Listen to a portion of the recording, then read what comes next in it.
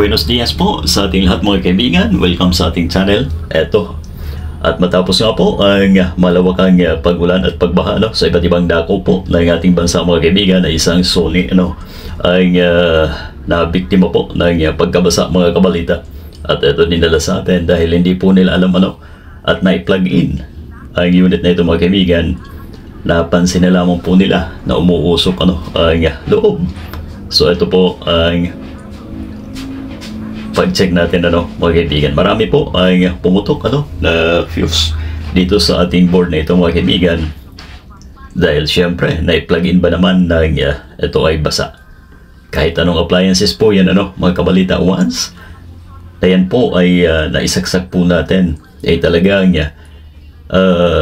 pagkakaroon po ng problema mga kaibigan. So dito sa ating video mga kaibigan ay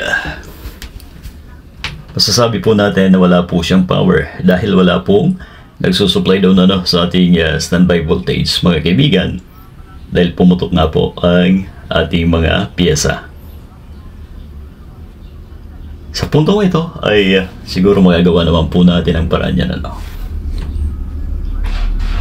pero ang hindi po natin sigurado mga kaibigan, pagka naabot po ang panel once na nabasa po ang ating LCD na yan ay medyo mahirap na po So ang gagawin po natin ay i-restore muna ang power mga kaibigan at magpapatuloy po tayo sa paggawa.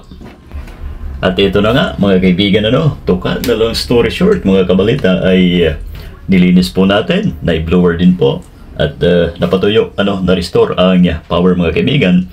But unfortunately ay ito po ang kalagayan niya ngayon mga kaibigan. Ito, pagmasdan po natin, may power na po at lumitaw ang Sony pero ang nakakalungkot po dito mga kaibigan ay talagang may tubig po ang loob ng ating LCD.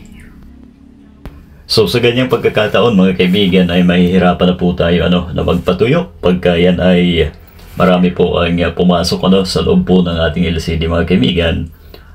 At ganun pa man ay sinubukan pa rin po natin ang ating kakayahan upang yan ay matuyo, pero talagang sobrang dami po ang tubig mga kaibigan. So habang ito ay pinapatuyo po natin mga kabalita ay cut na po muna natin ang ating video ganun pa rin po ang status ng Sony na ito mga kaibigan. So lesson learned sa lahat po ng ating kabalita ingatan po natin at hanggang maaari ay suriin po natin kung nababasa po ang ating unit mga kaibigan. At syempre mga kaibigan ay hindi lamang doon nagtatapos ang ating pag-test sinubukan pa rin natin matapos ang ilang araw mga kabalita ay ito, check po natin kung natuyo ba ang ating unit na ito mga kaibigan. At ito ay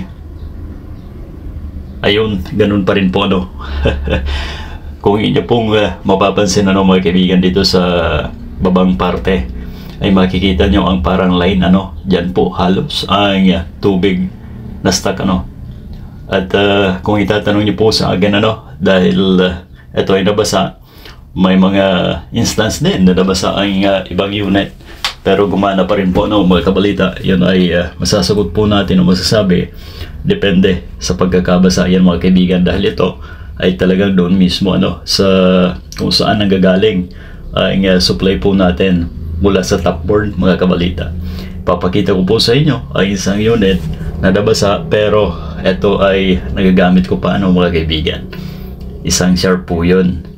Akit po tayo at nang syempre may pakita po natin sa lahat po ng ating kaibigan at televiewers ang ating video na ito. Ayun, ganun pa rin po. Wala pong pagbabago mga kaibigan. Na-restore lamang po natin ang power pero namamatay pa rin po. At ito yung sinasabi ko mga kaibigan, isang sharp na malaki po ito. Makikita nyo po ang mga guhit nabasa din po yan dahil pinunasan ng basang towel mga kabalita, pero ito ay napapakinabangan ko pa mga kaibigan. Ayan goods pa ang unit, pwede pang pagtyagaan lalo ito ay Android po mga kaibigan. Mahal po pag LCD po ang pag-uusapan mga kaibigan, Dahil gaya po ng sinasabi po natin lagi sa ating video, ang cost po ng LCD ay 90% ng buong unit, mga kabalita. So yun, sana may natutunan po tayo sa ating video na ito, mga kaibigan. Maraming salamat po sa inyo lahat sa pagtutok sa ating munting video na ito, mga kaibigan. Pagpalain po tayo ng ating pong may kapal sa lahat po ng ating gawain sa araw-araw, mga kabalita.